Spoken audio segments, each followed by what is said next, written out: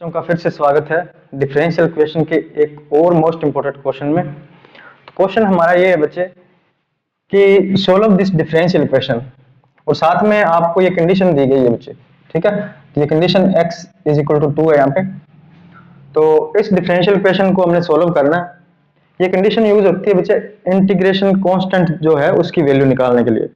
तो पहले हम इसका सोल्यूशन निकालेंगे, y निकालेंगे, बाद में ये जो कंडीशन गिवन है इसको यूज करके वहां से हम जो इंटीग्रेशन कांस्टेंट होता है उसकी वैल्यू निकालेंगे। तो देखिए किस प्रकार से इसका सोल्यूशन हम फाइंड करते हैं। सबसे पहले आप इस डिफरेंशियल इक्वेशन को ऑब्जर्व कर सकते हो कि ये कौन सी टाइप की डिफरेंशियल इक्वेशन है।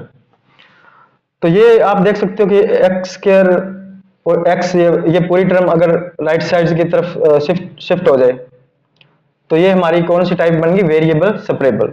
देखिए dy एक तरफ पड़ा है, ये पूरी की पूरी टर्म इधर राइट हैंड साइड में शिफ्ट कर दे तो ये देखिए वेरिएबल सेपरेबल फॉर्म बन गई बच्चे, है ना।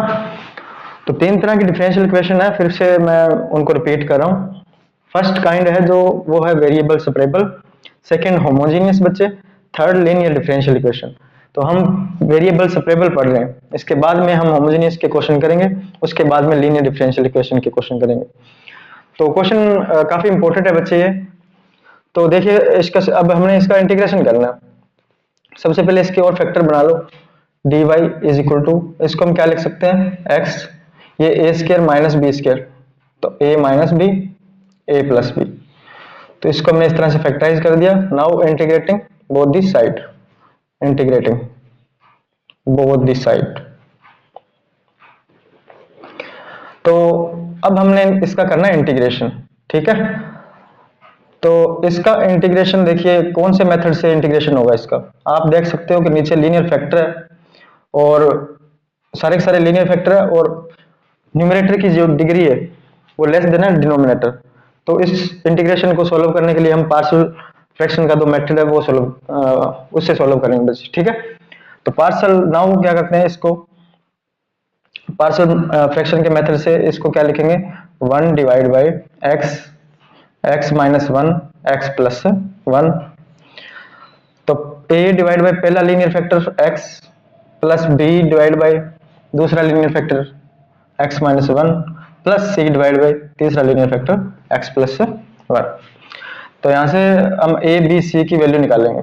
उसके लिए हम क्या करते हैं, ये जो डिनोमिनेटर है इसको राइट हैंड साइड से मल्टीप्लाई कर दो, ठीक है। तो इसको हम इधर मल्टीप्लाई कर रहे हैं, तो ये आ जाएगा। सबसे पहले x x कैंसिल हो जाएगा, तो a के साथ बच गया हमारा x माइनस 1 x प्लस 1। इसके साथ करेंगे तो x माइनस 1 कैंसिल हो जाएगा, बच क्या जाएगा b के साथ x और x प्लस 1। इसके साथ करेंगे तो x प्लस 1 कैंसिल हो जाएगा, बच क्या जाएगा c x और x माइनस 1।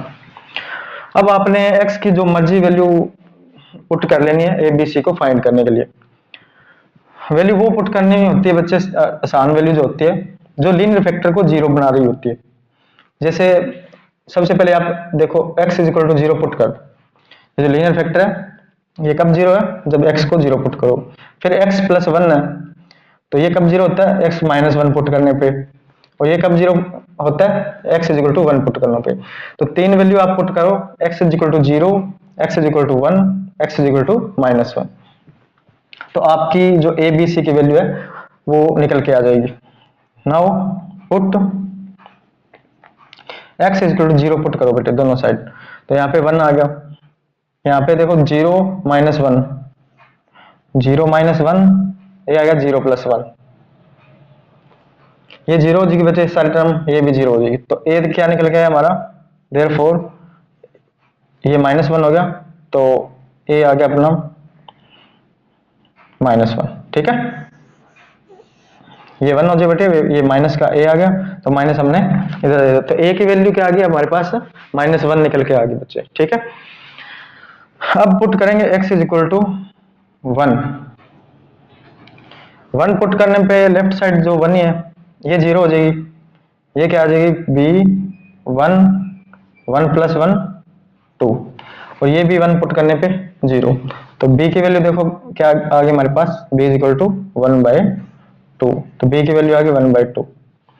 इसी तरह पुट करो x is equal to -1, 1 is equal to -1 put करने पे ये 0 हो गया बच्चे, यहाँ पे -1 पुट करो तो 0, ये भी 0 हो गया, ये बचेगा c -1 और -1 -1, ये देखो -1 -1 -2 और ये प्लस का 2c हो जाएगा। ठीक है, तो c की वैल्यू क्या निकल के आ गई 1/2।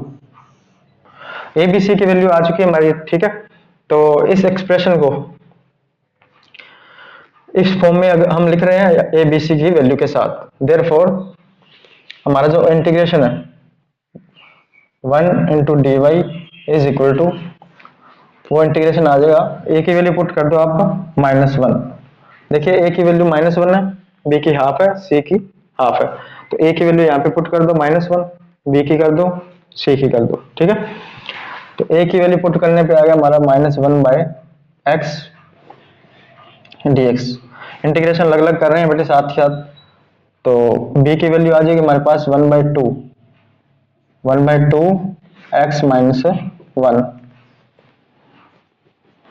प्लस जो c की वैल्यू है वो हम लिख रहे हैं c की वैल्यू हाफ, तो ये आ जाएगा 1/2 x + 1 dx। ठीक है, इसके बाद में देखो 1 का इंटीग्रेशन y होगा, इसका इंटीग्रेशन होगा -log x, इसका हो गया 1/2 log x - 1 और इसका हो गया 1/2 log x + 1 प्लस हमारा आ गया c इंटीग्रेशन कांस्टेंट। तो अब क्या करते हैं हम इंटीग्रेशन कांस्टेंट की वैल्यू निकालते हैं with given condition. Now from given when y 0 x कितना 2, तो इसमें y 0 पुट करो, x को 2 पुट करो। ठीक है, तो ये 0 हो जाएगा, माइनस log ये हो जाएगा 2 प्लस 1/2, ये 2 - 1 देखो बच्चे, 2 - 1 log 1 हो जाएगा, तो log 1 होता है 0, तो ये टर्म 0 हो जाएगी, ये आ जाएगा 1/2, 2 + 1 3, तो ये आ जाएगी log 3 प्लस c, तो ये टर्म 0 होगी। आप c की वैल्यू निकाल लो, c की वैल्यू कैसे आएगी, तो ये इधर आके हमारा log 2 प्लस हो गया और ये इधर log, इसको आप देखो लेफ्ट साइड में लेके आ रहे हो, ये 1/2 है, मैंने 1/2 इसकी पावर में लिख दिया √3। ठीक है, तो ये इधर आके माइनस का हो गया, तो ये क्या आ जाएगा बच्चे, c is equal to log 2/√3, तो इसको आप ऐसे लिख सकते हो। ठीक है, ये कांस्टेंट है बच्चे इंटीग्रेशन, इसको आप प्लस सी ले सकते हो, माइनस सी भी ले सकते हो, तो उसके अकॉर्डिंग ये वैल्यू चेंज हो सकती है, ऊपर नीचे हो सकती है। ठीक है, तो आप सी, चलो प्लस का सी लिए, तो उसके अकॉर्डिंग इसकी वैल्यू ये आ गई। तो अब आप सी की वैल्यू इसमें पुट कर दो, इक्वेशन नंबर स्टार है ये। Now from star equation y is equal to -log mod x plus, देखो 1/2 दोनों में कॉमन है, तो आप 1/2 कॉमन ले लो, ये आ जाएगा log x - 1 plus log x + 1, और इंटीग्रेशन कांस्टेंट की वैल्यू क्या है हमारी, वो आ गई log 2/√3, log 2/√3 इंटीग्रेशन कांस्टेंट की वैल्यू आ गई। ठीक है, अब थोड़ा अगर इसको सोल्व करना है तो आप सोल्व करके थोड़ा लिख सकते हो y इज इक्वल टू, ये देखिए इसको क्या लिखोगे आप, -log mod x प्लस ये log m plus log n, तो वो होता है log m n। जब log m n करोगे तो x - 1 x + 1 दोनों को बच्चे मल्टीप्लाई करोगे, तो दोनों को मल्टीप्लाई करने के बाद क्या आ जाएगा हमारा log x² - 1। देखो log mn होगा तो इन दोनों की मल्टीप्लाई करके आएगा x square minus 1 plus log 2√3।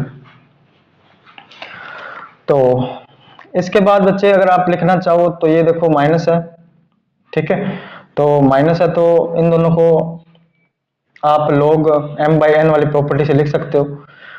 इधर इतना सॉल्यूशन आपका काफी है, ठीक है। तो ये इस डिफरेंशियल इक्वेशन का सॉल्यूशन है।